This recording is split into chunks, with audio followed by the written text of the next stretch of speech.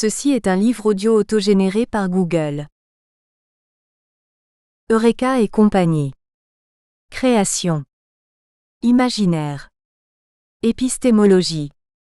Eureka et compagnie est une collection dédiée à une approche de la création dans son jaillissement même, moment de l'invention ou émergence de l'œuvre, et non dans sa rétrospective, c'est-à-dire dans une visée heuristique et non plus seulement herméneutique.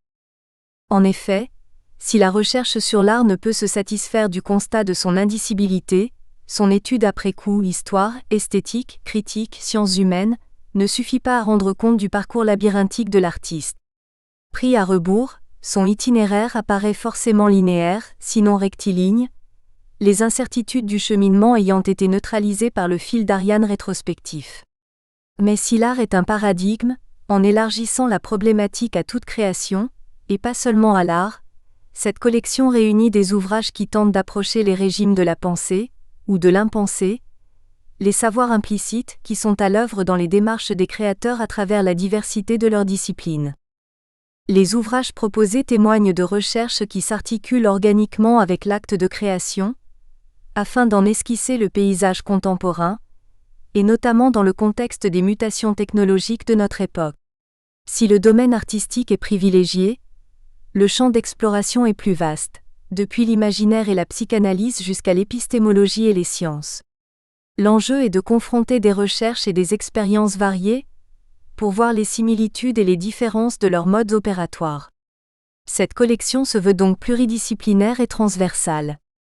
Si avant tout raisonnement, la démarche du créateur est d'abord intuitive, on peut avec le peintre américain Mark Rothko poser l'hypothèse que l'intuition est le sommet de la rationalité.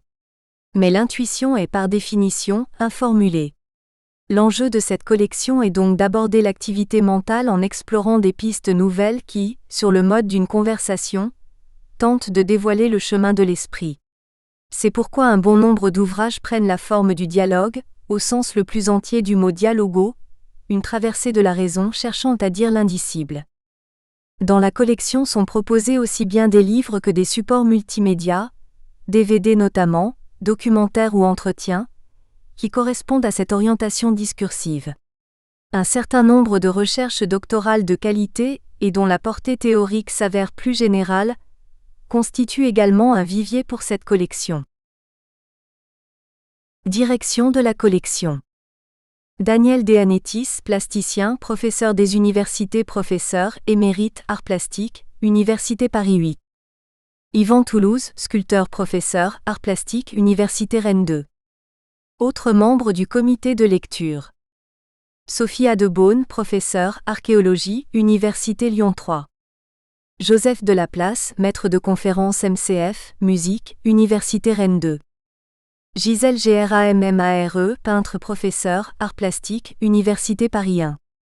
François Jeune, peintre, professeur, art plastique, Université Paris 8. Laetitia Jodot, psychanalyste, MCF psychopathologie, Université Rennes 2. Antoine Perrault, artiste, MCF art plastique, Université Paris 1. Dominique Pesson, artiste, ex-MCF physique, à l'École supérieure de physique et chimie industrielle. Miguel Ángel Molina, artiste, doctorant, enseignant à l'École régionale des beaux-arts de Rouen. André Cherbe, peintre, MCF art plastique, IUFM de Bretagne, Université de Bretagne occidentale. Les membres du comité de lecture ont pour mission la chasse aux manuscrits, et éventuellement autres supports, DVD ou multimédia, concernant la problématique de la collection. Les publications ne peuvent se faire qu'après accord de 2 membres au moins du comité, et décision des 2 directeurs de la collection. Citation.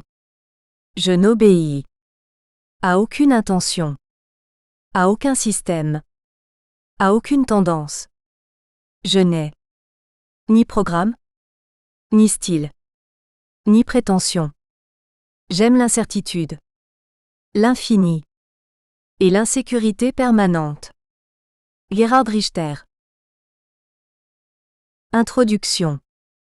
Il y a un évident paradoxe entre la difficulté des artistes à expliquer, d'un côté, pourquoi ils font telle chose plutôt que telle autre, revendiquant même parfois le caractère d'indicibilité de leur création, et de l'autre, cette sorte d'assurance avec laquelle il semble agir le plus souvent. Comme s'il savait le pourquoi de l'affaire. La raison de cette apparente contradiction est probablement à trouver dans un mode opératoire qu'Anton Ehrenszeg qualifie de scanning inconscient. Le labyrinthe créateur serait parcouru d'instinct, comme si on disposait d'une vue aérienne ou d'une cartographie des chemins possibles, permettant de s'engager dans les pistes fécondes plutôt que dans les impasses. Les 15 entretiens d'artistes réunis dans ce livre et sur le DVD qui l'accompagne ne sont pas des manifestes, des déclarations programmatiques comme on les trouve bien souvent dans les revues spécialisées, où le discours attendu est de justifier une démarche pour en donner la position sur la scène artistique contemporaine, quitte à la systématiser en la faussant un peu. Non. Il s'agit ici de conversation, au sens premier du terme où l'artiste se retourne sur ce qui est advenu pour essayer de le comprendre. L'interlocuteur aussi se tourne vers lui ou vers elle et vers son travail, posant des questions parfois saugrenues, auxquelles on n'aurait pas toujours pensé pour tenter de retracer le fil de son cheminement, pour tenter d'expliciter ce qui s'est réellement passé. Car les choses sont assurément encore plus compliquées, et il ne faudrait pas sous-estimer les tâtonnements qui permettent de trouver l'issue, de réussir, au sens étymologique de ce verbe, italien de naissance, riuscire. Mais, au fil d'Ariane rétrospectif et rationnel de l'historien, de l'esthéticien ou du critique, qui en remontant les embranchements à rebours, dédramatise les indéterminations et laisse croire que l'itinéraire a été linéaire, si ce n'est rectiligne, il faut opposer le point de vue de l'artiste dans le jaillissement même de sa création et des régimes de la pensée ou de l'impensé qui l'accompagnent. Sa navigation est une conduite intuitive, pré-rationnelle, guidée par l'inconscient aussi, et elle ne trouve d'explication qu'a posteriori. En contrepoint donc de ce qui s'annonce, de manière parfois un peu dogmatique, comme la théorie de l'art, mais qui n'est finalement qu'une interprétation de l'art après coup par ceux qui le reçoivent, nous avons voulu donner ici la parole à ceux et à celles qui le font, en rappelant qu'à d'autres époques les théoriciens de l'art étaient les artistes eux-mêmes. Dans ces conversations, c'est l'interrogation souvent triviale sur le comment des choses qui introduit au pourquoi, explicitant de cette manière des théories de la pratique, parce que pour des artistes, la théorie ne saurait être autre que réflexive. Elle ne consiste pas, comme dans d'autres domaines, à trouver la solution à un problème posé mais à l'inverse, elle cherche le problème auquel se rapporterait la solution qui s'est empiriquement imposée dans le surgissement d'une œuvre qu'elle tente ainsi de problématiser pour en comprendre les enjeux. Cela amène à se confronter avec d'autres, avec des œuvres et des écrits et c'est en cela qu'il s'agit d'une conversation. Mais cela ne veut pas dire conservation de salon. Dans le champ universitaire, c'est ainsi que la thèse en art plastique procède ou devrait procéder. L'appartenance à la catégorie artiste est très difficile à définir. D'un certain point de vue, un artiste, c'est celui qui est reconnu comme tel par la société, celui dont la candidature a été agréée par le cercle de l'art, confère. Georges Dickey. C'est la définition institutionnelle de l'art. Mais des choses mesurables comme la réussite commerciale, revenus annuels ou la notoriété, nombre d'expositions, de référencement dans des publications, pourraient tout autant s'avérer être des anti-critères.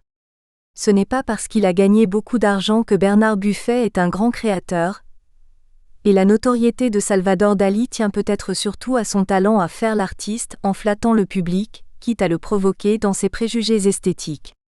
Les seuls critères objectivables de la reconnaissance ou de la réussite ne sont pas pertinents pour nous. D'un autre point de vue, un artiste est celui qui est animé de l'intime conviction qu'il est dans une posture d'artiste. Mais comment l'évaluer ? Il peut y avoir des illuminés et des imposteurs. Les deux définitions ne correspondent pas toujours. Peu s'en faut. Et bien souvent on navigue à vue entre l'une et l'autre, laissant la part belle à des préjugés idéologiques et esthétiques. Jean Dubuffet pensait que s'il se pouvait qu'on rencontre parmi les professionnels de l'amour de véritables amoureuses, leur professionnalisme les lui rendait justement plutôt suspectes. À la posture du professionnel, il préférait celle de l'amateur, c'est-à-dire de celui ou de celle qui fait la chose par amour. Les choses se compliquent encore avec la diversité des disciplines et des moyens d'expression qui traversent l'art contemporain, qui ne permet plus d'identifier concrètement qui est artiste. Tout cela recoupe les débats de l'art d'aujourd'hui. Les critères sont donc à moduler avec beaucoup de souplesse, et plus particulièrement celui d'une reconnaissance institutionnelle ou professionnelle qui aurait éliminé de leur vivant beaucoup d'artistes importants.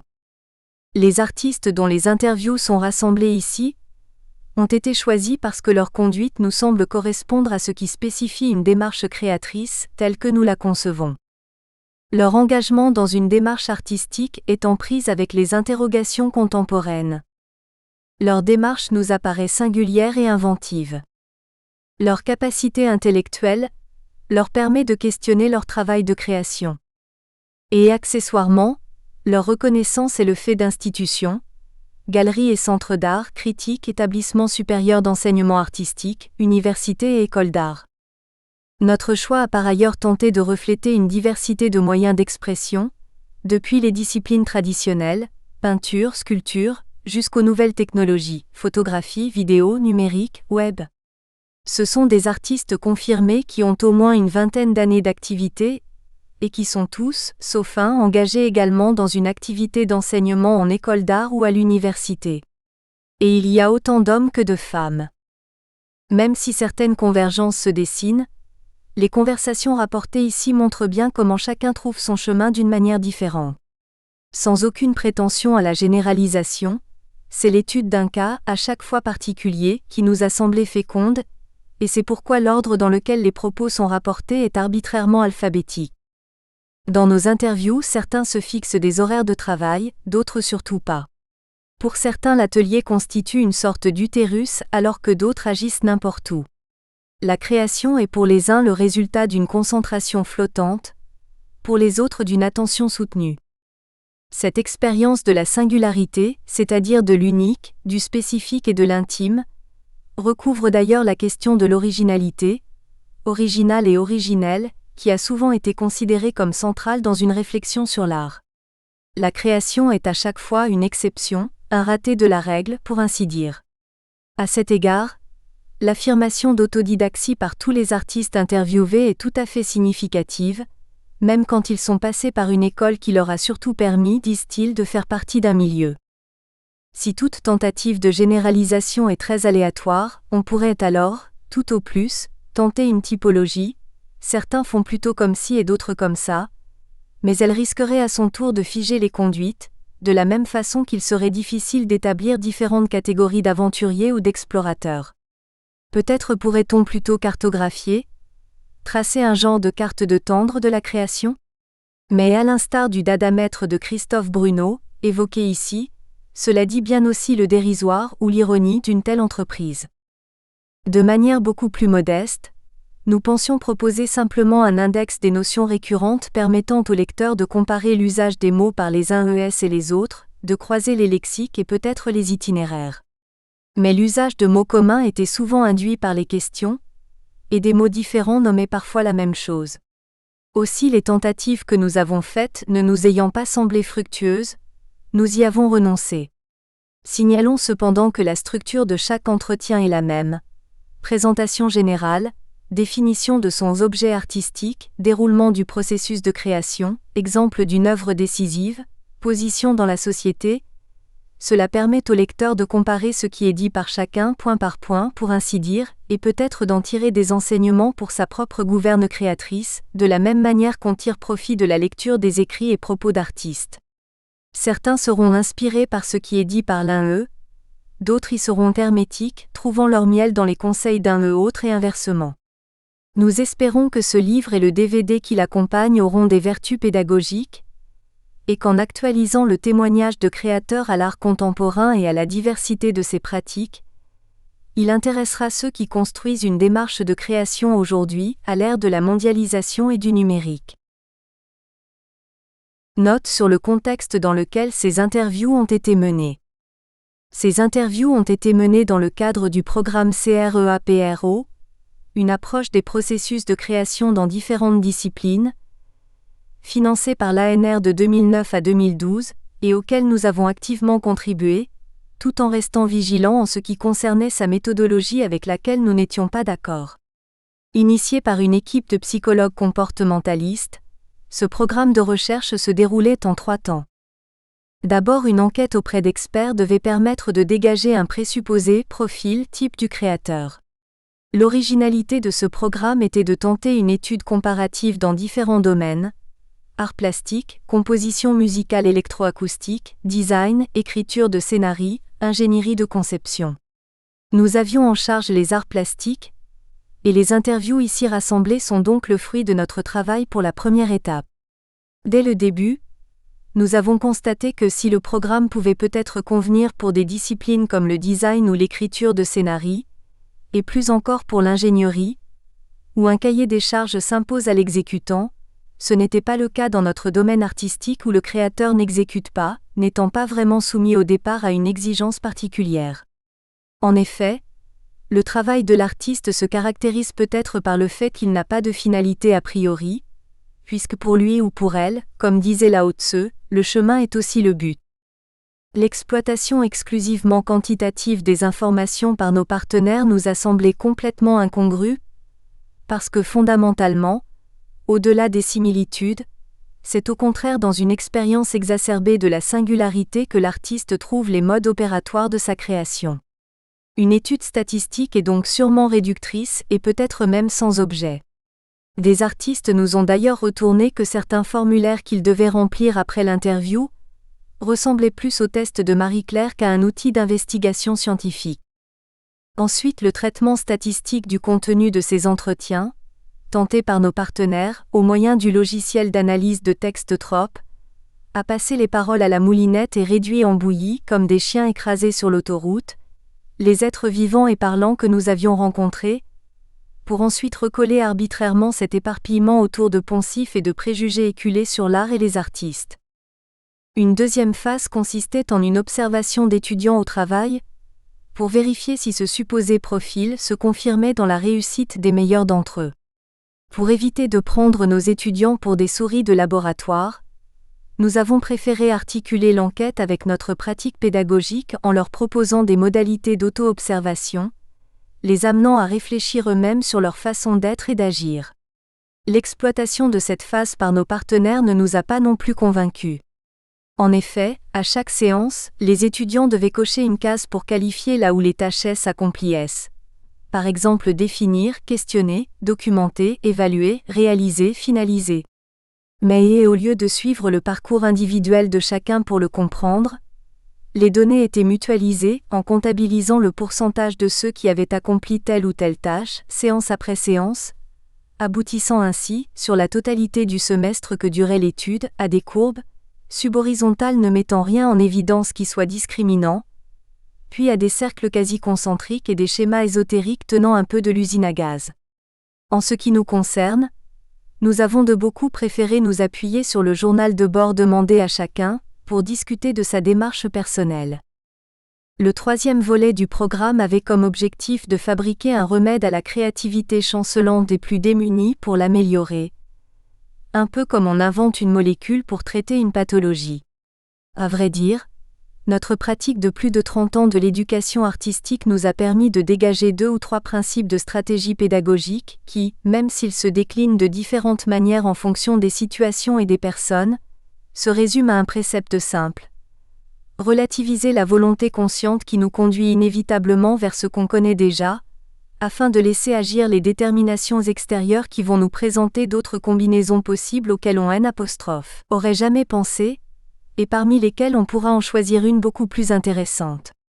L'objectif est donc d'entraîner les élèves à une bascule mentale entre réceptivité et activité, la tâche la plus difficile n'étant pas de leur faire produire des choses intéressantes, mais de leur faire prendre conscience qu'elles le sont.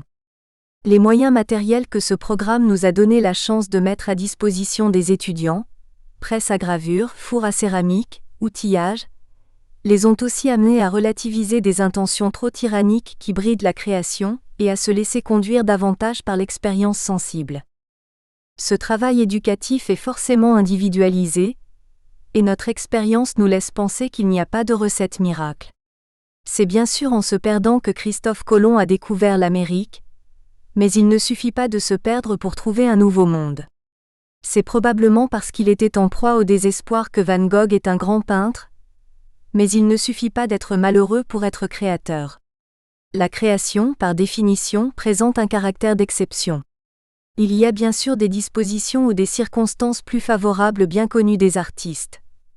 La lecture de leurs écrits, depuis les carnets de Léonard aux propos de Matisse, en passant par le journal de Delacroix, sans oublier les innombrables textes d'artistes contemporains ou plus anciens, souvent intitulés Conversations avec, serait déjà un corpus immense à méditer. Les chemins de la création sont tous singuliers, justement parce que créer, c'est à chaque fois faire surgir quelque chose d'inouï. C'est pourquoi l'étude statistique risque fort de faire manquer l'objet même de l'enquête qu'elle voudrait quantifier, en considérant comme négligeables des occurrences très minoritaires mais pourtant efficientes. C'est un problème épistémologique général. Ainsi, la possibilité de papillons aux ailes se confondant avec le dessin et la couleur des feuilles sur lesquelles ils se posent, était infiniment improbable dans l'évolution des espèces.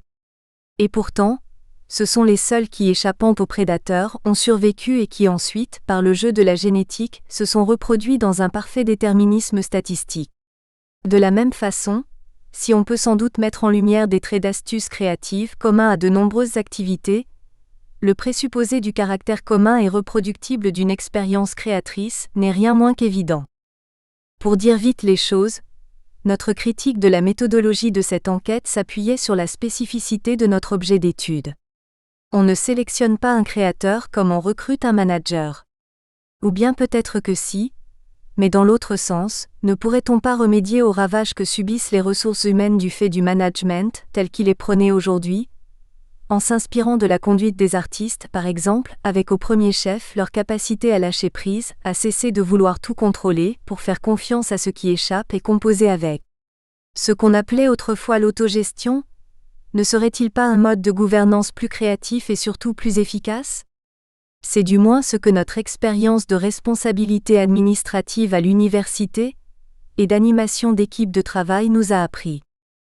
Nous avons parfois eu le sentiment que l'intérêt de nos partenaires pour ce programme relevait plus d'une volonté de valider leur méthodologie du modèle multivarié, en l'appliquant à un nouveau territoire, que d'une véritable attention à un champ de recherche que nous abordons, nous, en artistes, de l'intérieur, pour ainsi dire. Nous avons cependant rempli toutes les obligations qu'impliquait notre participation à ce programme de recherche pour lequel il semble bien que nous ayons même, curieusement, joué un rôle moteur, notamment dans la conception de la grille d'interview et celle de situations expérimentales observables, dont s'est inspiré l'ensemble des participants. Nous sommes d'ailleurs très heureux de cette expérience qui nous a permis à contrario de mieux argumenter nos positions et d'organiser en parallèle des colloques et expositions ainsi que d'entreprendre une activité éditoriale qui, par un raccourci saisissant, fait qu'en l'espèce, transformée en livre et en film, la première phase, celle des entretiens, est déjà la troisième, celle d'un accompagnement, d'un adjuvant à défaut d'un remède, pour favoriser la création. 1. L'artiste en parasite. Entretien avec Christophe Bruno. 7709. Je m'appelle Christophe Bruno. Je viens d'avoir 45 ans. Je me sens très vieux maintenant parce que j'ai commencé très tard une activité artistique, il y a 7 ou 8 ans seulement. Je suis donc un jeune artiste mais j'ai déjà eu plusieurs vies avant cela. C'est un peu étrange. Comment alors es-tu devenu artiste ? Est-ce que tu as reçu une formation spécifique comme artiste ? Je n'ai pas eu de formation artistique. Du tout ? Au départ, je suis un scientifique. J'ai reçu une formation d'ingénieur à l'école centrale. J'ai fait ensuite un DEA et une thèse de physique théorique, suivie de 3 années de recherche en post-doctorat. Après quoi, j'ai complètement laissé tomber cette chose-là. J'ai travaillé quelques années dans le multimédia et l'Internet corporate institutionnel.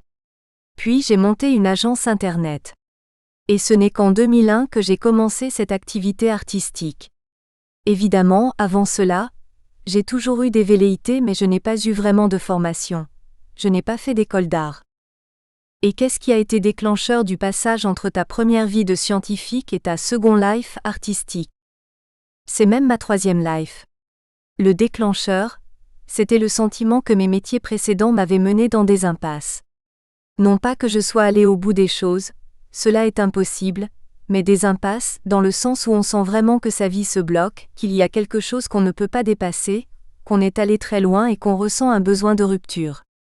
Et en même temps, j'avais en moi ces velléités artistiques depuis le début. Le déclenchement, c'est la rencontre avec d'autres artistes. Christophe Bruno, le Dada maître. Au départ, c'est un sentiment d'échec. Oui, c'est un sentiment d'échec de mes activités précédentes, d'échec aussi de mes velléités artistiques d'avant qui ne mènent absolument à rien. Il y a un sentiment d'être perdu sur le plan artistique. Ce sentiment d'échec est différent pour mes activités professionnelles effectives. J'avais cofondé une agence Internet. Je m'étais lancé dans quelque chose qui ne m'était pas du tout naturel au début, mais j'avais vraiment envie de savoir ce que c'était. J'étais allé très loin et cela a même été très dur. Mais je n'avais ni l'envie, ni la volonté, ni les capacités d'aller beaucoup plus loin. Cela en arrivait à un degré assez élevé de conflit et d'impasse. Ma vie s'en ressentait. Ça a été des périodes. De grandes difficultés existentielles ? Oui. Tout à fait. Ce n'était pas comme si je m'étais dit un jour, tiens, je vais devenir artiste. Est-ce que tu peux définir la nature des objets artistiques que tu produis ?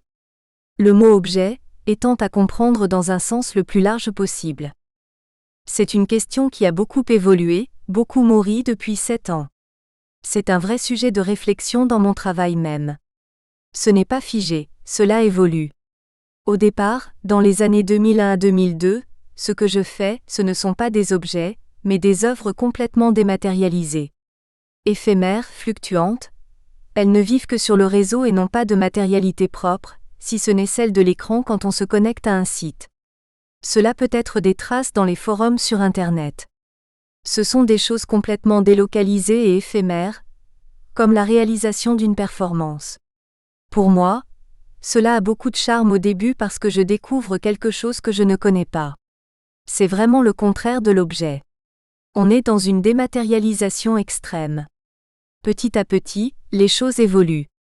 Au départ, ce sont des objets inexposables, sauf sur des écrans d'ordinateur, et donc invendables, parce que cela n'a pas le format voulu pour entrer dans le marché de l'art, dans des collections, ou même dans les galeries.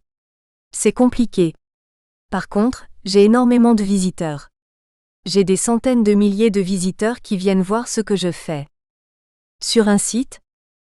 Sur mes sites qui sont repris de manière virale dans des forums. Ce sont des choses souvent assez provocantes qui attirent donc beaucoup de monde. Mais ce n'est pas identifié comme œuvre d'art, mais plutôt comme expression de la sous-culture cyber.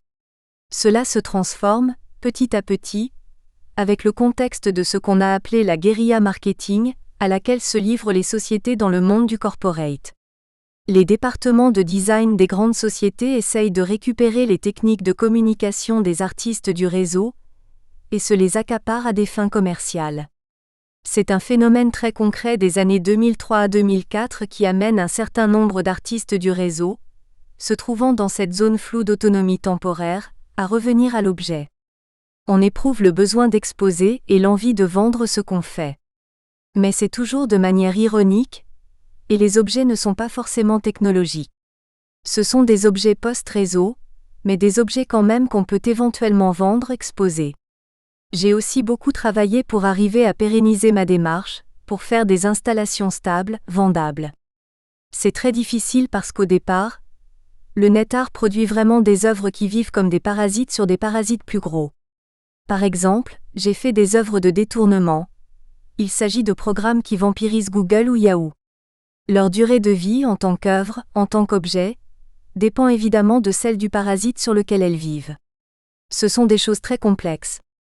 Maintenant, je commence à y arriver. Mon activité s'est transformée. Tes œuvres sont donc des parasites. Mes œuvres sont des parasites du support sur lequel elles vivent, et qui est lui-même un énorme parasite. Google est un parasite qui aspire dans sa base de données l'ensemble des images et des paroles de l'humanité. Et moi, je suis un parasite du parasite. Mais si la stabilité du web n'est déjà pas une chose évidente, celle de Google l'est encore moins. C'est devenu la société la plus connue au monde, mais on peut aussi bien imaginer qu'elle existera toujours dans une centaine d'années que le contraire. La stabilité, la pérennité de ce que je fais, si je veux en faire des objets, c'est quelque chose d'extrêmement complexe et d'intéressant aussi, parce que cela fait intervenir des processus complexes à grande échelle. Cela m'a pris beaucoup de temps. J'ai dépensé beaucoup d'énergie et d'argent. Et derrière cela, il y a une question esthétique qui m'intéresse beaucoup. Il y a donc 3 aspects. L'interactivité parce que c'est d'abord relationnel. Oui. Tout à fait. Un deuxième aspect, l'œuvre comme objet esthétique, et un troisième qui est un aspect militant, politique, comme acte de résistance contre un ordre des choses. Oui. La réalité virtuelle de tout cela est immatérielle, mais le médium que tu utilises a malgré tout une certaine matérialité, surtout quand tu veux faire des objets. Quelle est alors la part technologique dans le processus de ton travail, au sens d'une exploration, d'un bidouillage à l'ordinateur, d'un bricolage électronique? Il est important de dire d'abord que je me situe dans une mouvance low-tech, basse technologie. Je ne fais pas du tout cela pour le plaisir d'allumer un feu d'artifice technologique.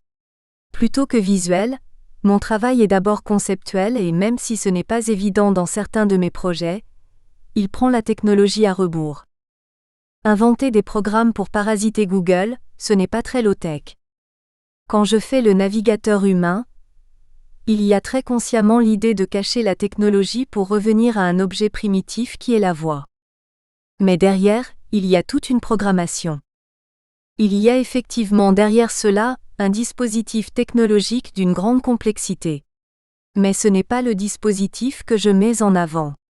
Le dispositif technologique qui est derrière est très complexe déjà, parce que je me place très en aval en tant qu'hacker, en tant que détourneur parasite.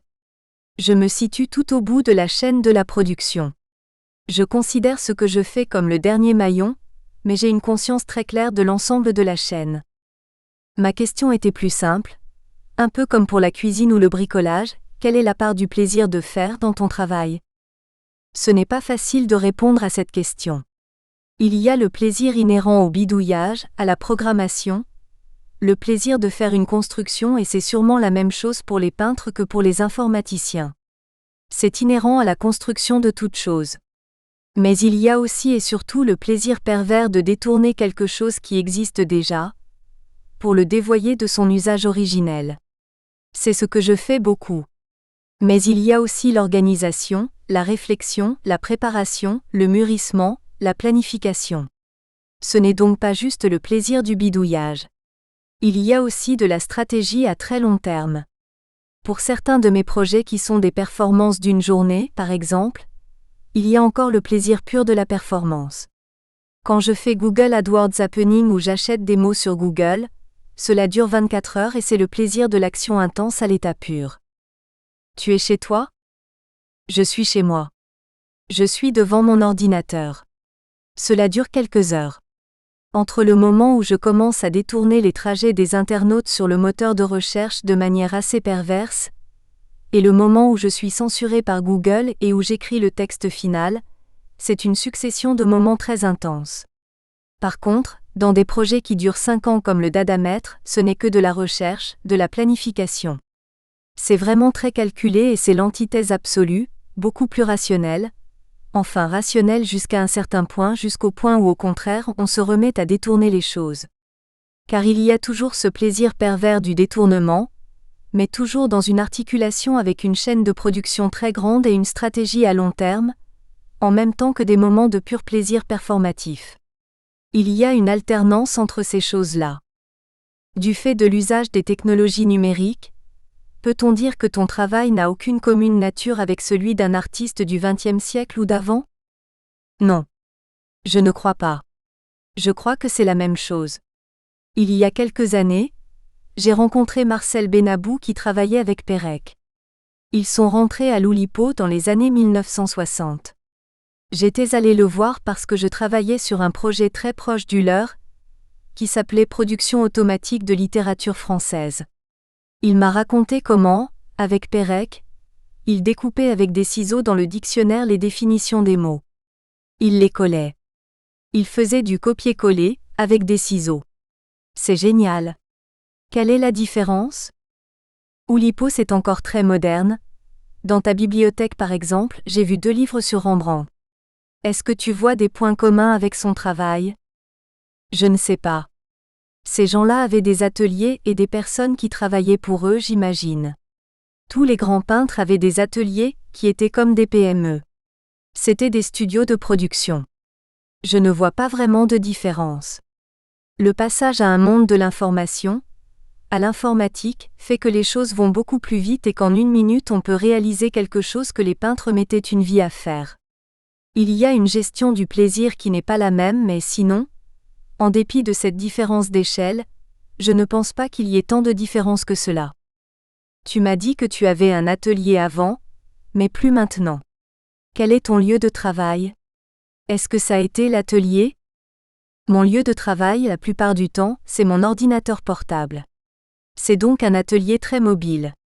Mais quand je voudrais faire des bidouillages, de la soudure, de l'électronique ou pour réaliser des projets un peu plus compliqués sur le plan matériel, là, j'aurais évidemment besoin d'un atelier. La soudure? Pourquoi faire? Par exemple, pour ce projet qui s'appelle le Wi-Fi SM.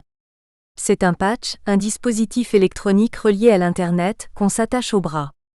Il détecte en temps réel les mauvaises nouvelles sur le web et envoie une décharge électrique à chaque fois qu'il y a une actualité qui contient un mot-clé comme mort, guerre, virus, etc. C'est un bracelet électronique qui permet de partager la souffrance de l'humanité. Dans ce cas, il y a eu un gros travail d'électronique, de soudure. Est-ce toi qui as fabriqué le boîtier? Je l'ai fait faire. Il y a plusieurs personnes qui ont travaillé sur ce projet. Un électronicien, un informaticien, quelqu'un qui a fait le boîtier. Pour ce type de projet, l'atelier était quelque chose d'important. Le fait de disposer d'un atelier me permet de fabriquer des choses, d'envisager des projets plus concrets. Mais, c'est alors plus un lieu de fabrication que de gestation? Le lieu de gestation, ce n'est vraiment pas l'atelier. Le lieu de gestation, c'est vraiment mon fauteuil. Chez toi? Chez moi ou n'importe où. Par contre, l'atelier, c'est un lieu où je peux m'isoler un peu. C'est aussi un lieu de présentation et de rencontre. Et c'est finalement cela le plus important. C'est un lieu où je peux présenter les choses, une sorte d'interface avec le monde. Un showroom? Oui.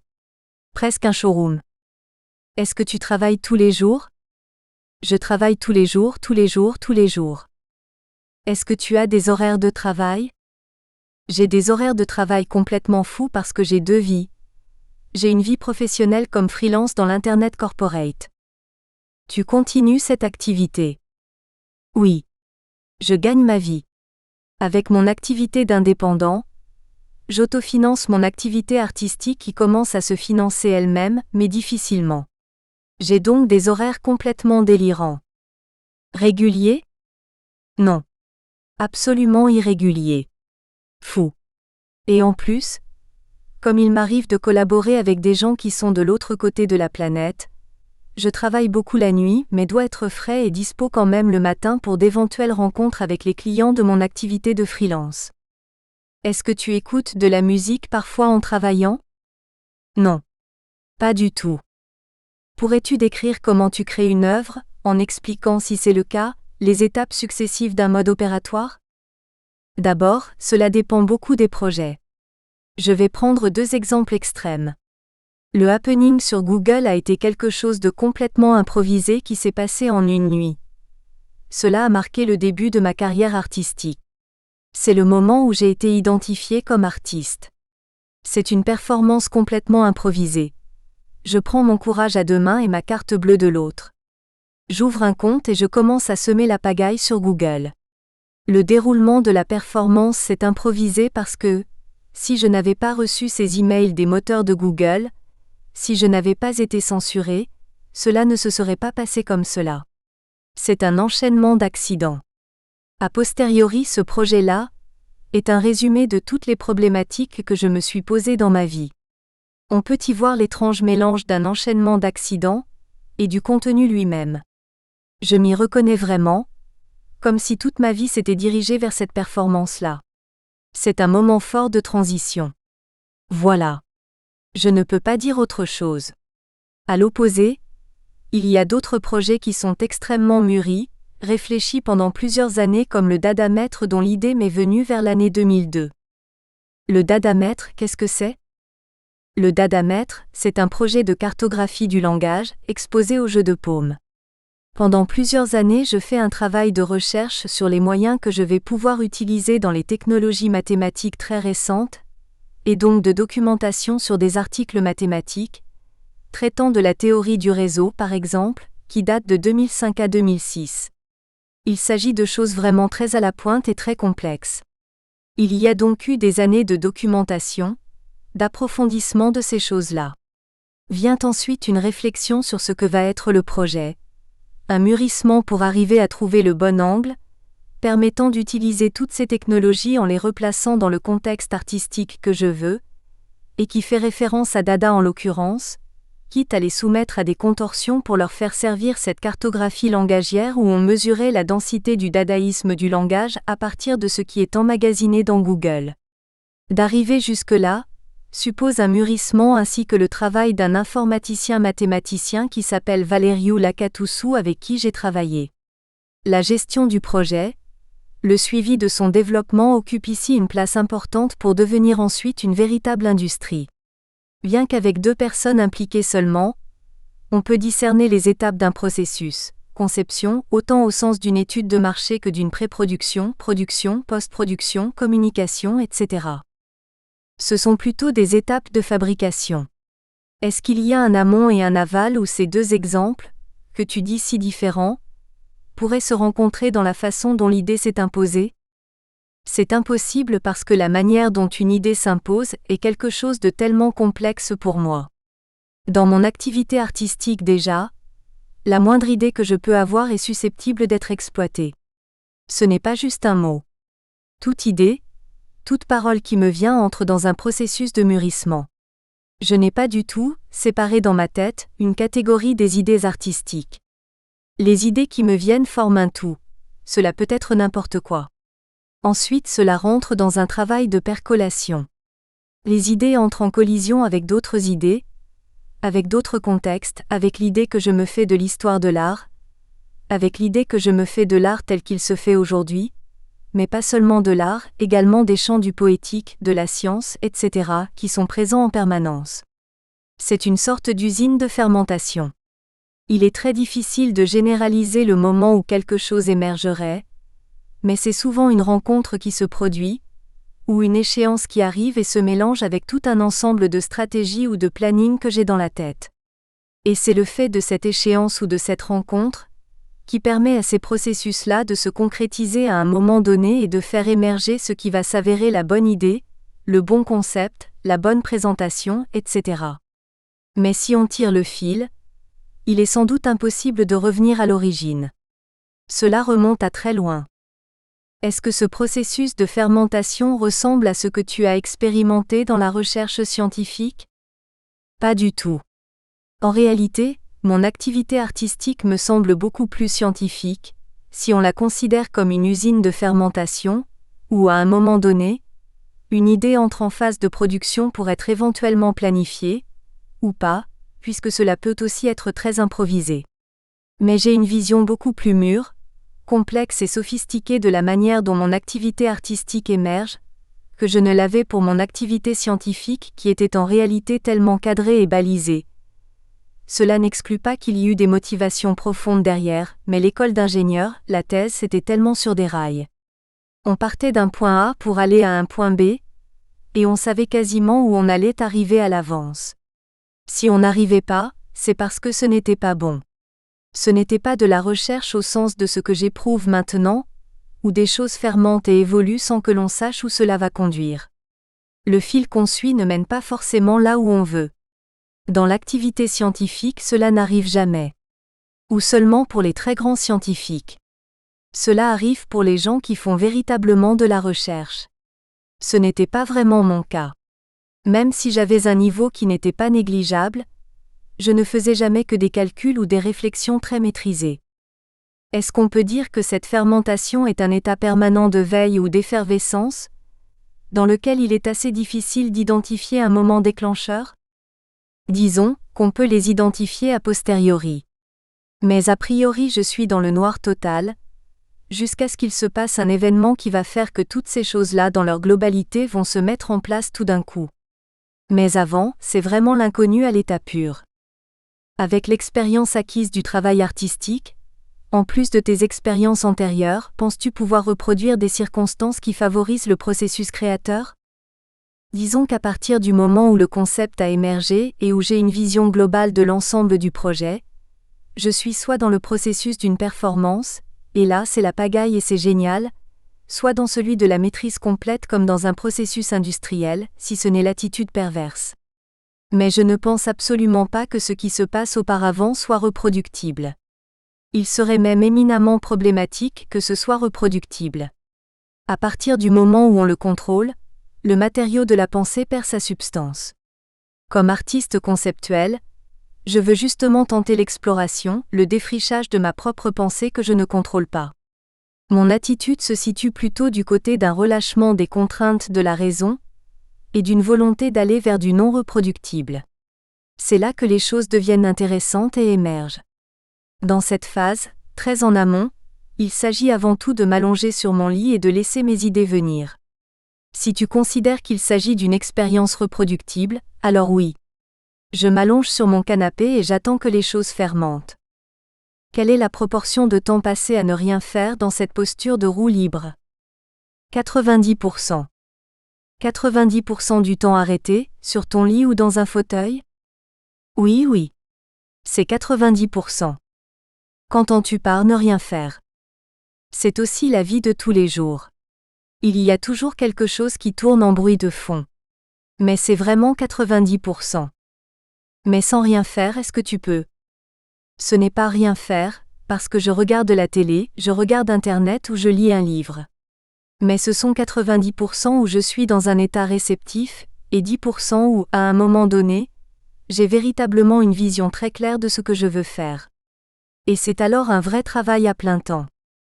Des tâches à accomplir. Intense.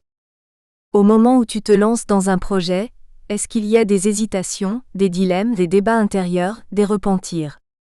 Oui, ce n'est que cela. En permanence. C'est donc très expérimental. Oui. C'est comme cela en permanence, jusqu'au dernier moment.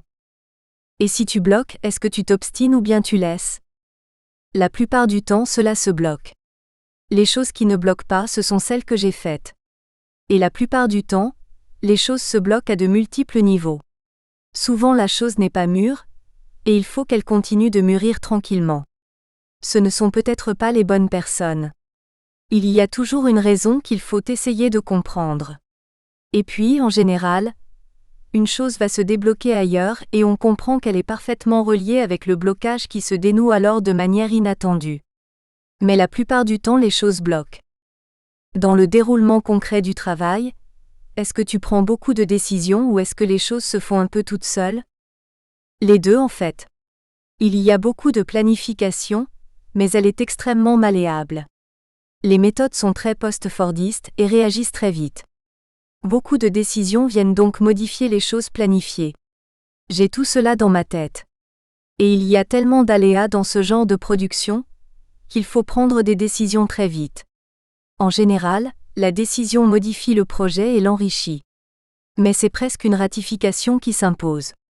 C'est toujours sous un certain contrôle, mais de très haut. Tu parlais des protocoles de l'Oulipo tout à l'heure. Je pense à François Morellet qui travaille par système pour diminuer le nombre des décisions subjectives et laisser l'œuvre se faire elle-même. Est-ce que tu es dans cette optique-là? Oui, mais c'est un peu différent. Prenons l'exemple très concret de ma première pièce, Les Épiphanies. C'est un programme qui paraît sur Google et permet de générer des bribes de phrases qui sont ensuite remixées à la base de données globales de tout l'ensemble des paroles de l'humanité. À la base se trouve la multitude des textes qui sont produits. Le projet est vraiment construit pour qu'il n'y ait pas de décision subjective. Ainsi c'est la personne qui vient sur mon site qui, à chaque fois qu'elle clique, qu'elle met un mot-clé, va créer une nouvelle épiphanie. Il n'y a donc aucune décision subjective, de ma part en tout cas, dans la production de la multitude des petits poèmes qui sont créés. C'est vraiment un programme qui est fait pour répondre à la question de Morellet. Mais dans la création de ce programme lui-même, il y a évidemment une décision subjective. C'est un programme qui est fait pour décharger l'artiste et le spectateur de toute décision subjective. Oui, mais ton œuvre, ce n'est pas le poème écrit par une personne. C'est le dispositif.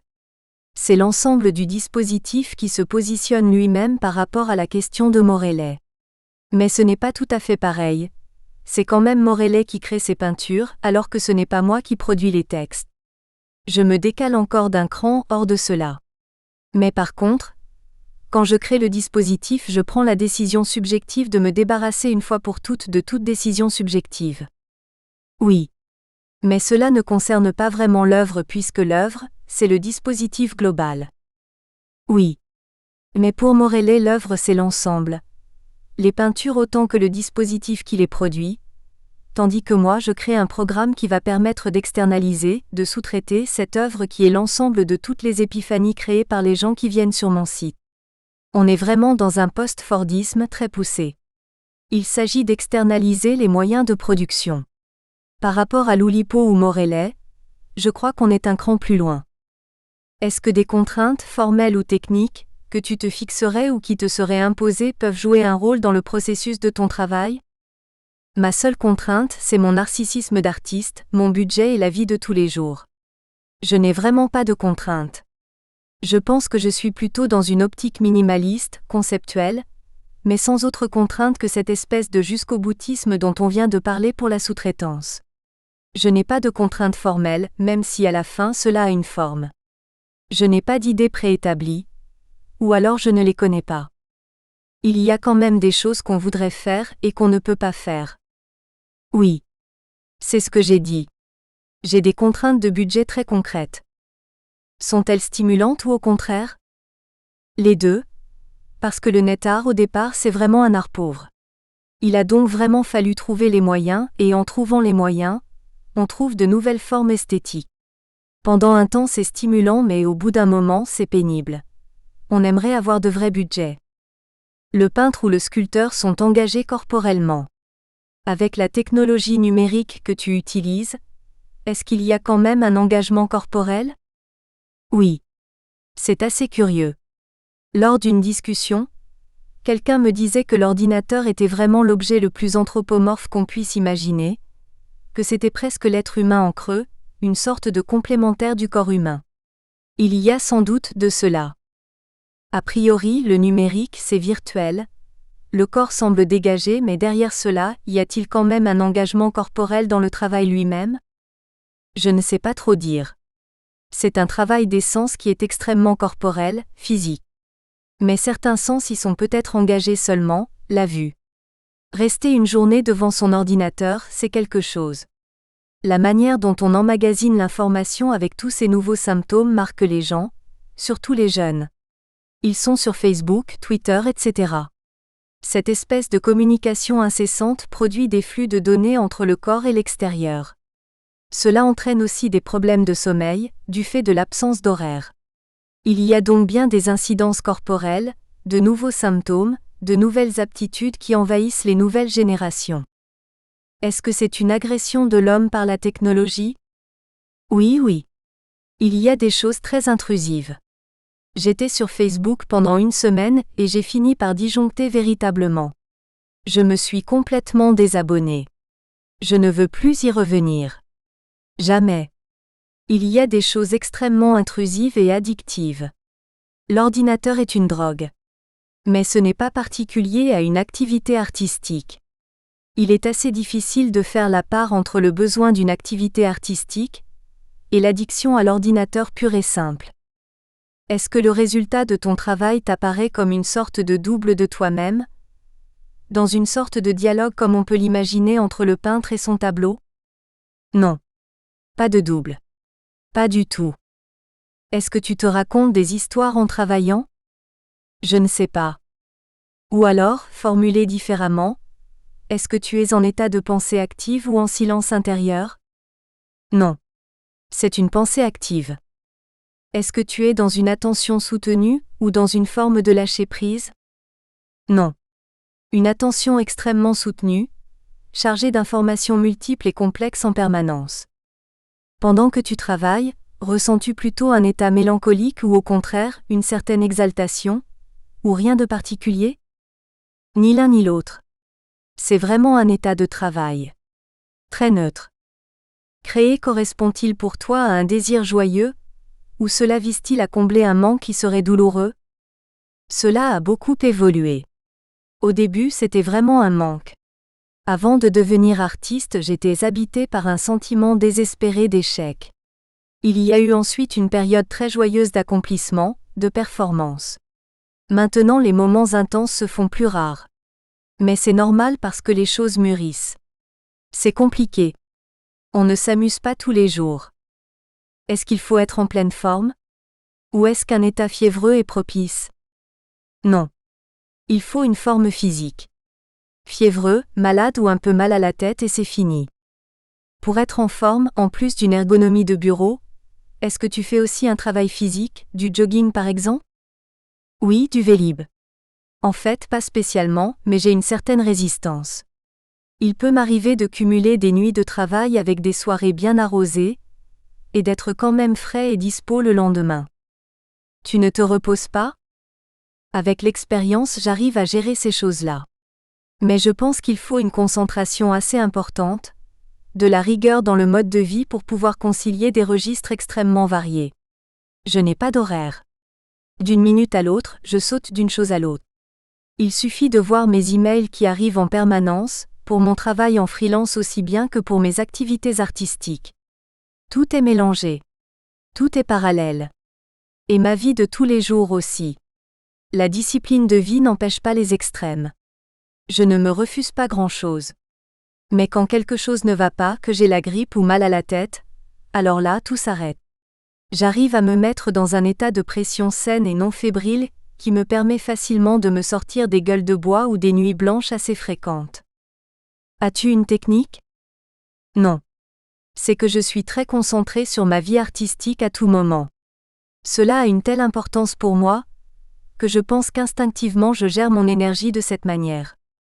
Est-ce que tu te modères lors d'une soirée pour être en forme le lendemain? C'est devenu presque automatique. Curieusement, quand j'ai quelque chose d'important, je me réveille facilement sans m'être spécialement modérée, ou alors je le fais peut-être sans m'en rendre compte. Cela arrive souvent, et je gère tout cela sans difficulté. Les circonstances tristes de ta vie personnelle sont-elles propices ou au contraire, te faut-il ressentir le bien-être, la joie de vivre? La plupart du temps, c'est une sorte de bien-être, mais pas forcément très explosif. Je ne suis pas quelqu'un d'exubérant. Plutôt stable. En apparence en tout cas, parce qu'à l'intérieur ce n'est peut-être pas le cas. Les circonstances tristes peuvent tout remettre en question. Il faut quand même savoir que tous les matins je me réveille en me demandant si je vais continuer à être artiste, ou si j'arrête ma carrière. Pourquoi? Quelle serait la raison pour arrêter? Très concrètement, que j'ai déjà tout dit de ce que j'avais à dire, que cela me lasse. Les circonstances tristes me font plutôt pencher de ce côté-là, et me donnent envie de tout jeter par la fenêtre. Les circonstances gaies finalement, il n'y en a pas tant que cela non plus. Et puis, elles n'aident pas forcément. Globalement, c'est plutôt un état stable. On dit parfois que l'artiste crée pour lutter contre la mort, pour laisser une trace, etc. Est-ce qu'il y a quelque chose de cet ordre-là dans ton travail? Oui. C'est cela. C'est le narcissisme pur. C'est l'idée de laisser une trace. On en revient toujours à cela. Mais est-ce pour laisser une trace après sa mort, ou pour vivre plus intensément avant? Ma vie de tous les jours est ce qu'elle est, plutôt bien globalement. Et ma vie artistique est la plupart du temps intense. Intense dans le travail, c'est-à-dire les 90% de conception. Mais à la fin, on en revient toujours à ces questions du narcissisme et de la mort. La question se pose pour tout le monde, pas seulement pour les artistes. J'ai une conscience extrême de ces choses-là, et je ne vois pas pourquoi on s'en cacherait. Si j'étais immortelle et si j'étais une pop star, les choses seraient différentes. Ces questions du narcissisme, du pop et de la mort sont extrêmement présentes dans ma réflexion et dans le matériau même de ce que je fais. Je ne sais pas si cela se voit, mais j'ai conscience de cela. Est-ce que la mort de Michael Jackson par exemple est quelque chose qui t'interpelle? Oui. Complètement. De quelle manière? En tant qu'artiste? Je ne sais pas. La mort de Michael Jackson, ou tout autre événement ultra médiatisé, est une espèce de pôle, de point fixe pour moi. Il se trouve d'ailleurs sur le dadamètre. Ce que j'ai essayé de faire sur cette carte, c'est de mettre en regard certains pôles. Le pop en est un du côté de la déchéance du symbolique, de l'imaginaire, de la mort. Est-ce la fabrication de l'œuvre qui est le plus important, ou sa conception? Les deux. Je ne vois pas cela comme des processus séparés. C'est vraiment une immense chaîne. Je ne mets pas du tout de frontière entre production, conception, coproduction et consommation. On peut identifier les étapes, mais les frontières sont extrêmement poreuses et floues. Cela entraîne-t-il une nouvelle conception de l'art? Oui. C'est une conception très contemporaine. Pas seulement de l'art, du processus capitalistique aussi dans son ensemble. Quand est-ce qu'un travail est réussi? Y en a-t-il qui sont ratés? Oui. Il y en a qui sont ratés. Mais j'ai beaucoup de mal à dire cela, parce qu'il y a des œuvres ratées qui ont entraîné des choses réussies, et les pièces qui ont du succès ne sont pas forcément celles que je considère les plus réussies. Es-tu en général plutôt satisfait d'avoir fait ce que tu voulais, ou plutôt frustré de ne pas avoir fait ce que tu aurais voulu? Je suis assez satisfait d'avoir fait ce que j'ai fait. Souvent j'ai l'impression d'être arrivé à une impasse, d'avoir tout dit. Mais j'ai fait des choses qui étaient importantes pour moi, où j'ai pris des risques et où les choses se sont transformées et m'ont transformé moi-même. J'en suis fier. Pas pour tout mais pour certaines. Quand un artiste vend une œuvre, il doit s'en séparer. Y a-t-il un moment de séparation, de détachement dans ton travail, ou est-ce qu'il n'existe pas? Mon dernier projet artistique porte justement sur cette question de la séparation avec l'œuvre au moment où elle est vendue, mais où elle continue sa vie. En réalité, je ne sais pas très bien. C'est une question compliquée, et je n'ai pas une grande expérience de cela car je n'ai pas vendu beaucoup d'œuvres. Mais j'ai quand même l'impression qu'elles continuent leur vie, et que je leur suis toujours assez fortement lié. Mais peut-être est-ce dû au fait que les œuvres vivent, enfin vivre, continuent à évoluer en temps réel. Elles peuvent tomber en panne, il faut alors les réparer. Elles parasitent un dispositif, un écosystème très vaste qui évolue lui aussi. Il y a donc une vraie vie des œuvres après leur production. C'est pour cela que je disais qu'il n'y a pas de frontière très nette. Je suis encore très lié à ces choses-là, mais je ne m'en sais pas. Nous espérons que vous avez apprécié cet aperçu. Pour continuer à écouter ce livre audio sur Google Play Livres, utilisez le lien dans la description de la vidéo.